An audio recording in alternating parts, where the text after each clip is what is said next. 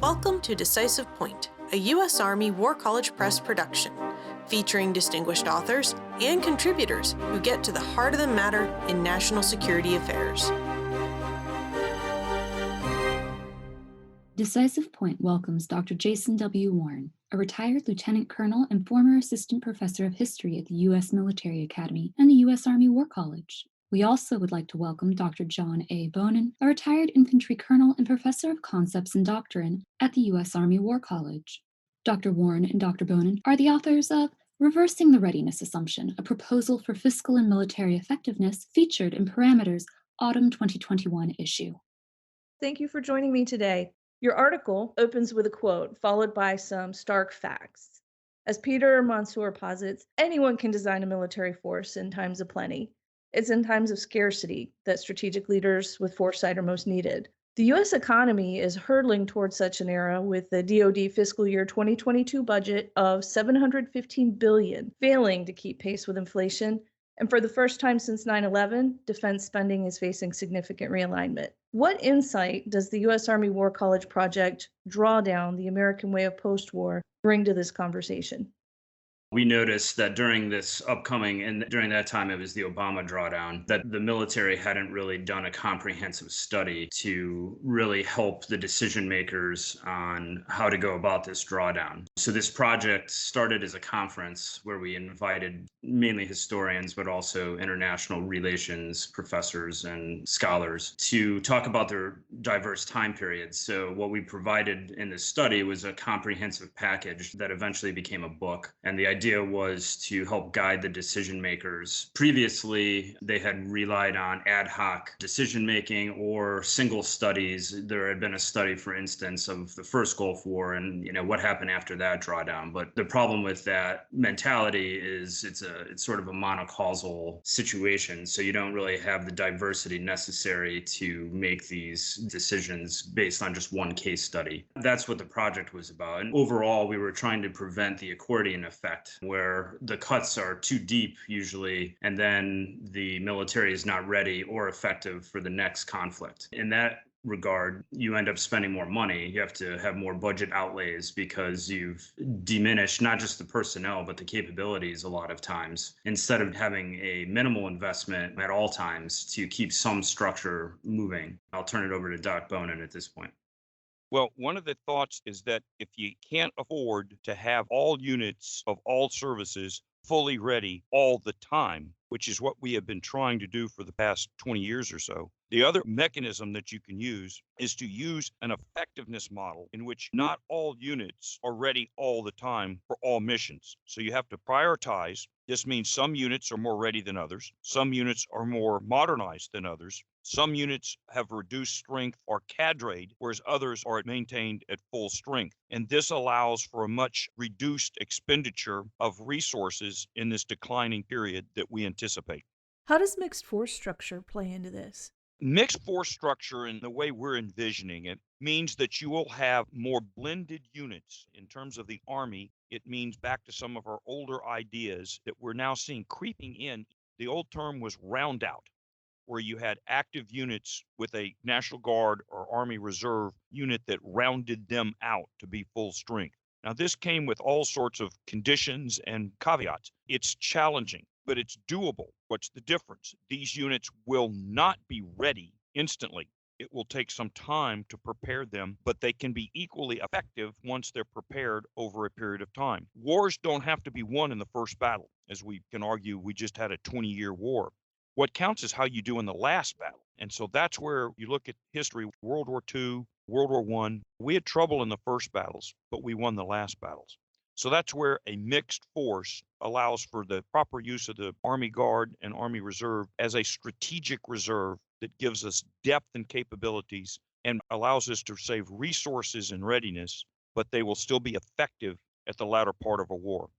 Last battle versus first battle, I think, is a great point. The way that I equate readiness versus effectiveness is in the old readiness model, we were actually preparing for the last war because that's all that we could really predict. If you take the World War II draw up as we're getting ready to fight World War II, a lot of what's happening is practicing and training for what happened in the 30s and even World War I to some extent. So you're spending all this money and aligning the force structure towards the last war. And you always hear pundits talk about, oh, the military is, preparing for the last war. So in this readiness model, that's the preponderance of what you're actually doing. And then when the actual war breaks out and you have to change, then you have to retrain and re-equip and redo your doctrine, which again is more expensive. So what we've argued in our article here is that instead of doing that, although there has to be some measure of basic readiness, if we concentrate on how to be effective in the actual war that we're going to fight, then that is going to save you money and be more realistic. We're currently in the information and cyber fight right now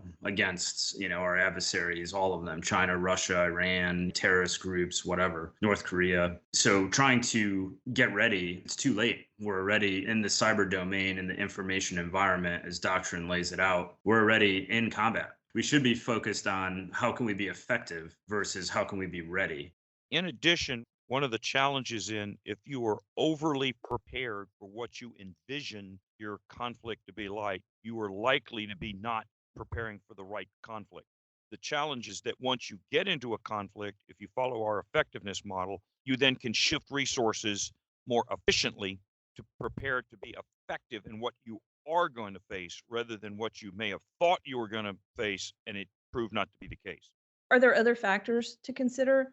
Knowing partners on the periphery, reducing and reassigning active forces, things like that?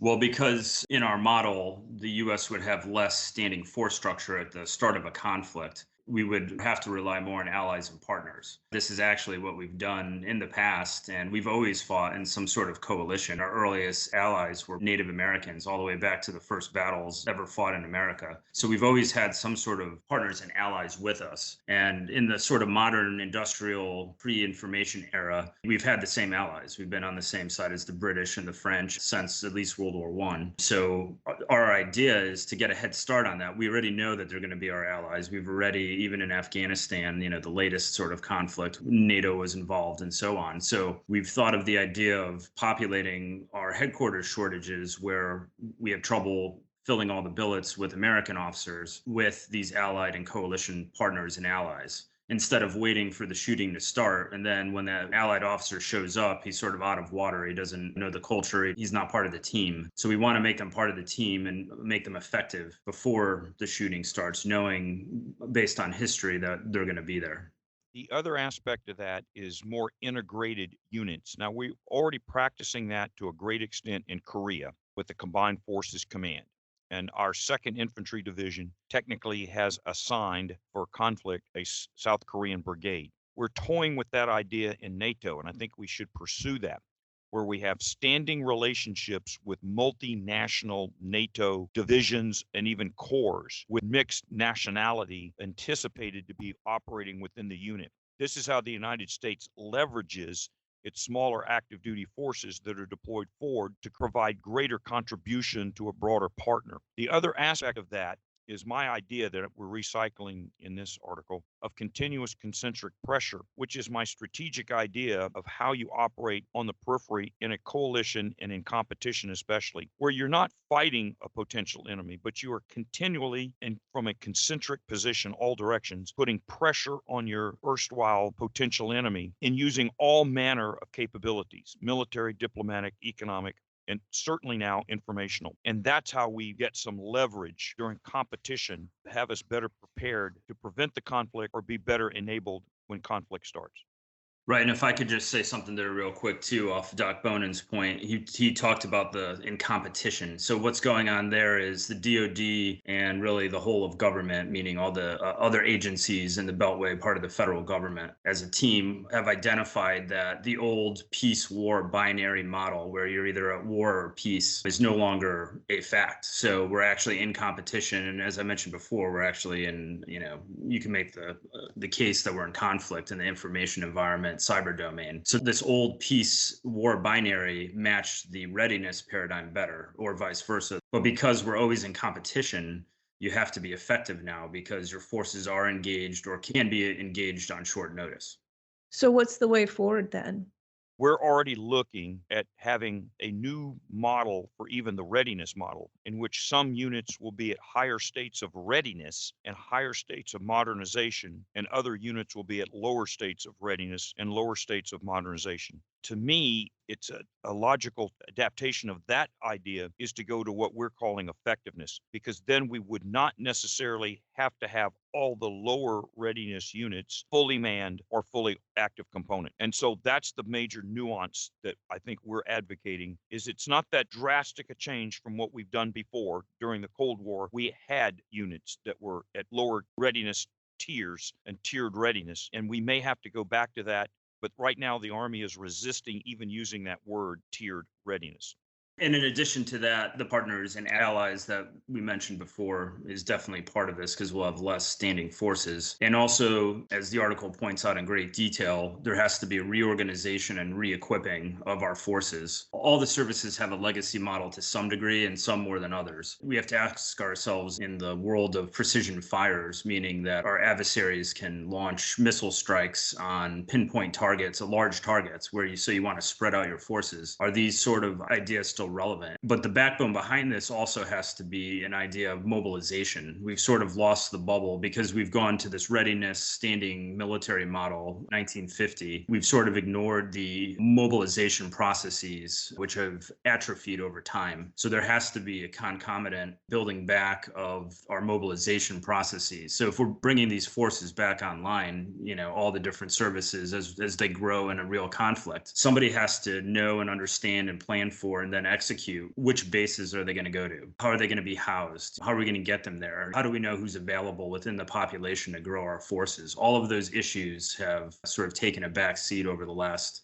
70 years. And for the Army, mobilizing is not just federalizing the Guard and Reserve, it's expanding the active Army, as we have had to do even after 9/11, where we had to grow from 31 or so brigade combat teams to 45. And part of the answer to that is we've created these security force assistance brigades, but we've never really finalized the other secondary mission they have, is to be cadre brigades to be able to expand to full brigade combat teams if required. So that's the other challenge that I think we're trying to push forward, is the notion of better mobilization planning to expand the active Army, not just federalize the Guard and Reserve. And there's other ways of doing that, as I've already mentioned. Once you have cadred units to an extent with the reduced authorization level of personnel, you then fill those back up with either recalled individual ready reservists or brand new soldiers who have been recruited, or God forbid, you have to exercise the draft in a true broad war and bring new personnel in under that manner. But we have forgotten how to do much of that since the end of the draft and since the end of World War II. We're going to have to bring back or create these theater commands that deal with these new capabilities, such as, theater information commands and theater missile commands. We are activating the Theater Fires Command, the 56th, using the old number of the 56th Pershing Missile Brigade. Right now, that's a Theater Fires Command without a whole lot of firing units. So that's the other challenge we would like to emphasize, is diverting some of our scarce capabilities and some of our active readiness capabilities into those theater long-range fires commands that we currently don't have the units in today. So that's a growth area, and that has to come at somebody's expense. This was a lot of fun and very enlightening. I appreciate your time. Thank you. My pleasure. Thank you. If you enjoyed this episode of Decisive Point and would like to hear more, look for us on Amazon Music, Spotify, Apple Podcast, Stitcher, and any other major podcast platform.